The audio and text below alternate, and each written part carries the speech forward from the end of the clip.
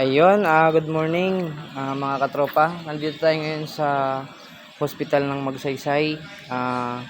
Yung sinasabi kong Good Samaritan na si Kuya, ito pala si Pugi.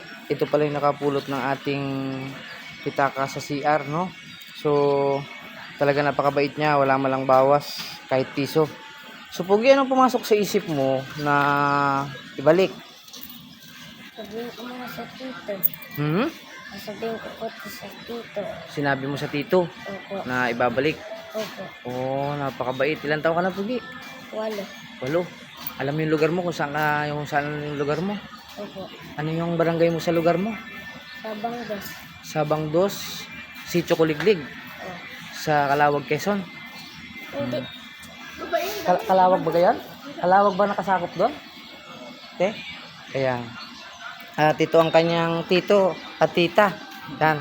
Salamat po sa inyo, ma'am. At talagang grabe. Anak ko po yun. Yeah, ay, anak mo po pala. Nay, oo. Napakabuti ng puso ni Pugi kasi isipin mo, mana sa nanay, no? Napakabuti rin ng puso. Ayan. Ito ang kanyang kapatid. Ayan. So, yon mga katropa, maraming salamat po at pasupport po ng ating vlog. Pasupport po ng ating mga video. Ayan, napakabait. Si Tito, si Nanay, at saka si Pugi. Ano ang pangalan mo, Pugi? Baynad. Ha? Baynada. Ber? Jeric. Jeric? Ano apelido? Baynada. Yan, napakabuting bata. Gayahin po natin si Pugi na may mabuting puso.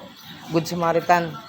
Bago sumapit ngayon ng Pasko, nakadiscover tayo ng Good Samaritan na bata, no? Salamat, Pugi. Jeric, ano? Ayan.